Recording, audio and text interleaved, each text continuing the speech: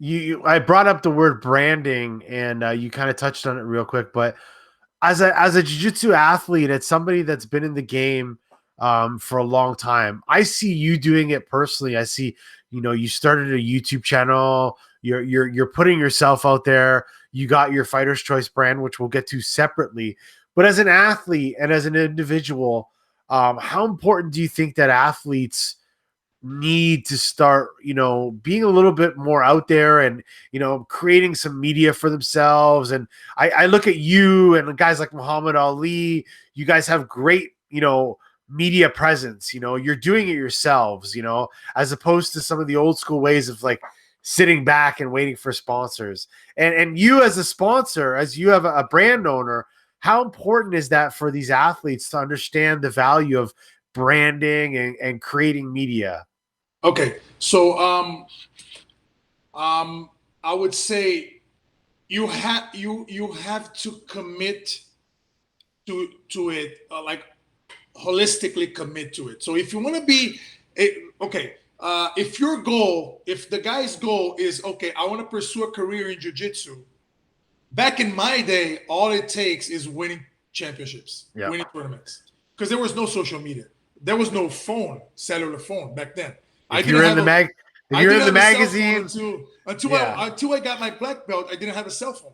yeah, So I lived my whole life as a color belt with no cellular phone, with no cell phone. So there was nothing. When I got my phone, it would only call, not even text. yeah. So until I got to social media, how would we do? We had to win tournaments.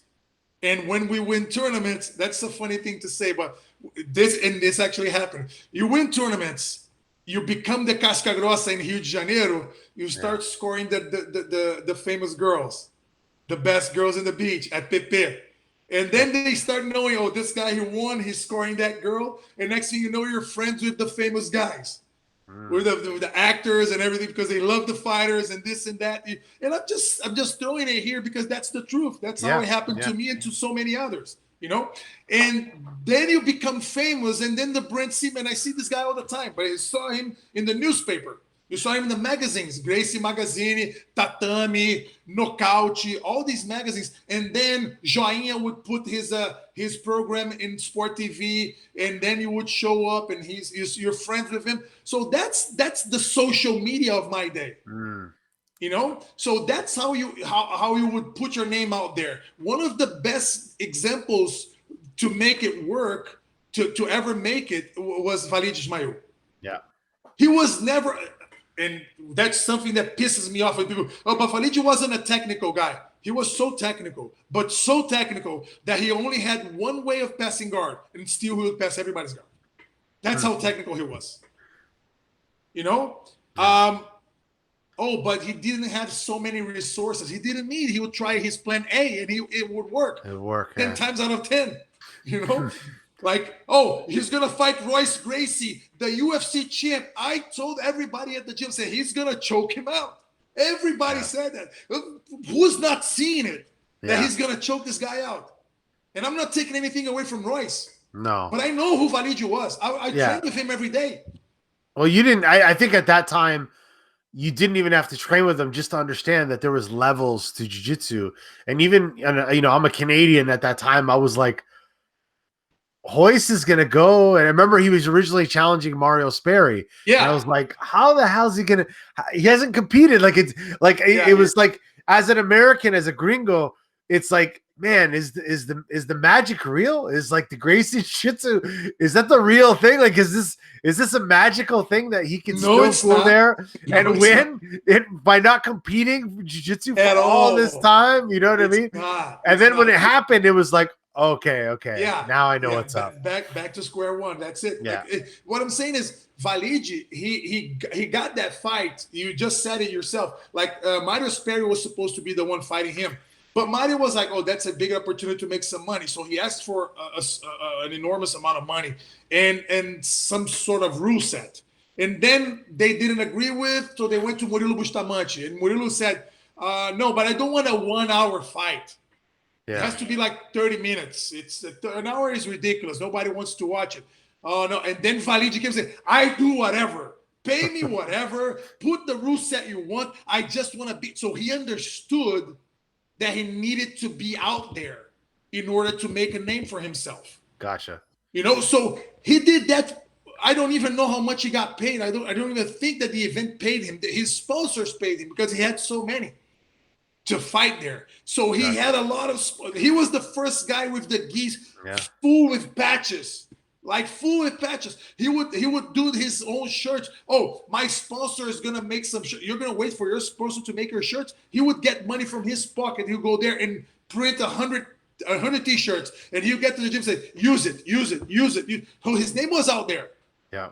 So this was our social media back then. And today you have a freaking phone, and you're not even disciplined enough to put content every day. You have to be. I'm not trying to do that. I don't want to get famous. I don't want to make a living out of competing in jiu-jitsu. My time is gone. My time is gone. But still, I'm doing my homework to my company, to my name brand. That I'm starting a podcast next month. It's gonna be a huge one, and it's gonna be I'm working my ways to growing my business and my personal brand. Yes, I am. But if an athlete that is listening to us right now and watching us wants to, man, you have to do way more than just winning tournaments. You have to be out there. People need to know you. So, for instance, one of the guys that I think has the biggest value in the community today is Keenan. Mm-hmm. Mm-hmm. And how many world championships does he have? 0. Nope.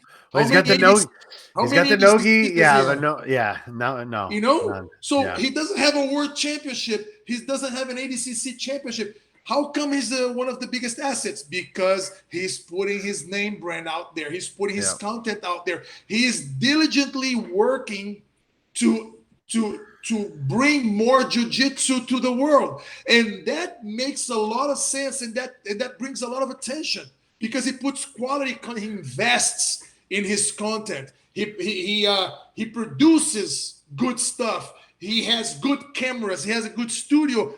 While people are still working, I want to put the new zebra mat or the new this. No, he's putting a new studio in his gym.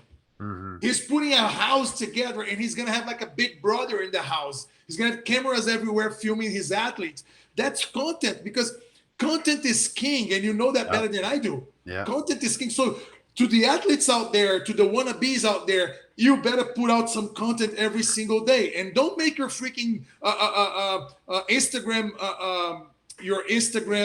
feed look like a freaking art gallery. Don't try to. I want to put this purple with this purple. They're gonna look good on the grid. Fuck that.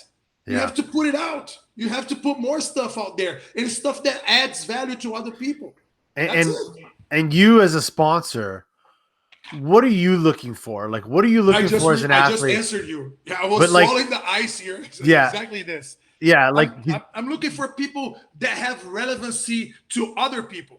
Okay. That's what I'm doing. Like, I'm looking for people that are actually. I don't care about your 100,000, 200,000 followers alone. I need to see your engagement. Mm-hmm. How do you engage with people? Do you respond to their comments? Do you go back and talk to them? Because followers, you just put a nice piece of ass on a picture, and they're gonna have a bunch of followers and a bunch of likes. That doesn't mean anything. That's empty. That's shallow. You have to put quality content. But you have to be yourself, because social media, you look at it and he's trying too hard. Mm. Oh, that's super fake. That's not even funny. That's ridiculous. So, I like Craig Jones's style. Yeah. He makes fun of himself. That's how he is. If you talk to him, he makes fun of himself while talking to you. Yeah. I like his style. It's genuine. Fun. It's genuine. It's entertaining. And genuine sells. Exactly. And you mentioned Keenan today. I saw one of the most underused and undervalued piece of content you can make. You just mentioned it, is comedy. Keenan put out a video today where this guy it was hilarious, and but I couldn't stop watching it because it was funny. And it's that thing. And I asked you before this, what are you looking at specifically? The point I'm trying to make is, is to let athletes know that it doesn't necessarily have to be your titles, but it's your brand presence. I know of athletes that when you put a camera in front of them and you ask them a question, they look like they don't know how to speak, but But they're they world don't. champions. Ricardo, But they're they world don't. champ. Yeah, no, I get it, but it's like I think that the people have to realize that, you know, unfortunately, we all can't be world champions, or you all can't be world But champions. Ricardo, this can too be a brand for yourself. Not being able to speak. The meows, they don't Yeah, speak in freaking cameras, and still they sell. You know, they that's sell true. geese, they sell stuff. So, but if you're shy, make your shyness be your brand. Something. Yeah, Yeah, yeah. and you capitalize on that and make that interesting to other people. You know, and if people want to follow you and you engage with them and you give them attention, you get, because we're looking as a brand, as an entrepreneur, as a brand owner. What I see, what I'm looking for is, where is the attention? That's my question. Every day I wake up and I look for where the attention is going. Where the Yeah. attention is going. So the attention was in a freaking Keenan's encyclopedia. The attention was in a Gordon's tutorial. The attention was in I don't know. I'm looking at everything and I'm seeing, okay, it makes sense. It's good for the brand. Does it translate my values? One thing, for instance, just so I can give you an example. There's a lot of Mhm. people asking, why don't you go out there and sponsor this guy or that guy? Like, for instance, I like Gary Tono's a lot. You know, Gary Tono's style and everything. I think Mhm. it's fun, but I have one rule in my company. I only sponsor athletes that do gi and no gi. Okay. But that's my thing. It's not Yeah. right or wrong. That's just No, the way I roll. that's just your brand preference. That's fine. Yeah. Exactly. Yeah. I want people that actually do gi and no gi. Okay. So all my athletes, they do gi and no gi. All of them.